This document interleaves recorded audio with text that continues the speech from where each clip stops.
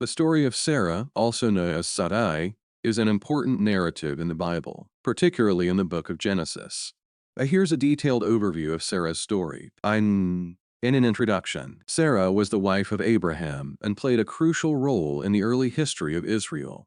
She is known for her beauty, faith, and the challenges she faced in her journey with God, and barrenness and God's promise. Sarah's story begins in where she married Abraham. Despite her beauty, she was unable to conceive a child. God's promise to Abraham of numerous descendants was especially significant to Sarah, but as time passed, she grew impatient and suggested that Abraham have a child with her maidservant, Hagar. Ishmael's birth. Sarah's idea led to the birth of Ishmael through Hagar. However, this arrangement led to tensions and jealousy within the household. When Hagar conceived, Sarah's attitude toward her changed, and Hagar fled into the wilderness.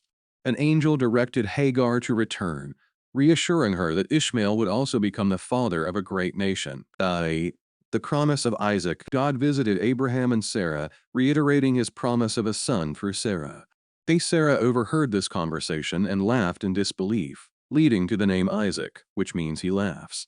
Despite her initial skepticism, Sarah conceived and gave birth to Isaac in her old age. In a conflict with Hagar, when Isaac was weaned, Sarah noticed that Ishmael was mocking him.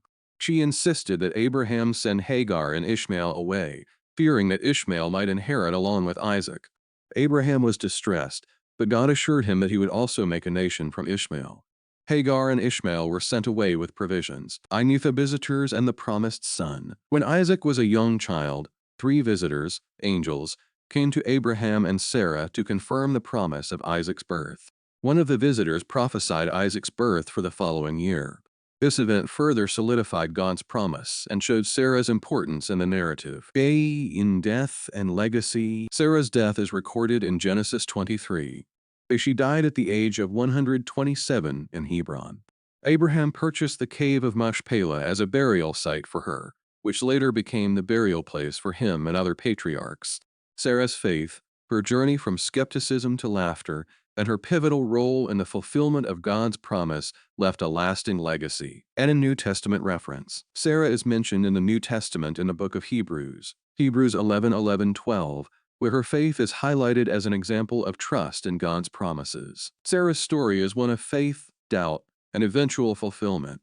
Her willingness to follow her husband Abraham and her journey from barrenness to becoming the mother of Isaac, the child of promise, showcases her importance in a lineage leading to Jesus Christ.